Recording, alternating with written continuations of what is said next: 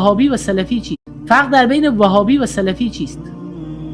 ببینید وهابی اسمی است که اهل تشیع و شیعه و روافض و اهل بدعت بالای اهل سنت گذاشتن.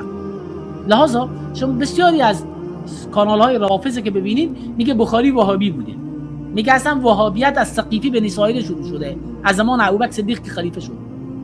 لحاظا اینا خیلی هم اونا وهابی میگن. پس وهابی از دیدگاه شیعه یعنی اهل سنت، یعنی شما.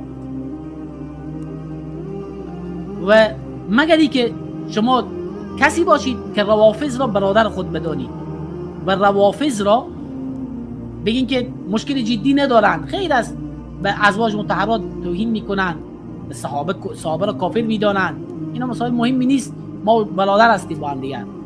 در این صورت بله به شما وهابی نمیگن، شما رو میگن برادر، اما در دل به شما میخندن که یه عجب یک آدم بیخبر و ناآگاه و نادانی است.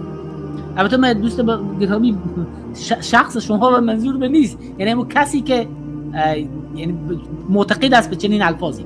پس لازم کلمه وهابی را بیشتر شیعه استفاده کرده و سلفی که هست از قدیم الایام وجود داشته. کلمه سلفی یعنی کسایی که پیروان سلف صالح هستند، کسایی که پیرو سلف صالح هستند، بر منهج سلف صالح هستند. درست است. البته امروزه گروهی به نام سلفی، بعضی میبینی که خود سلفی میگن، میبینی به چند تا مسئله رفع الیدین انجام بده فلان فلان، اما در دهها و صدها مسئله دیگه گستاخی به سلف میکنه، بی‌ادبی به سلف میکنه، اصلا چیزی از سلف نمیفهمه، بی علم است، فقط به چند تا مسئله خود سلف. اینا نه، اینا سلفی نیستن، به سلف هم ربطی ندارن.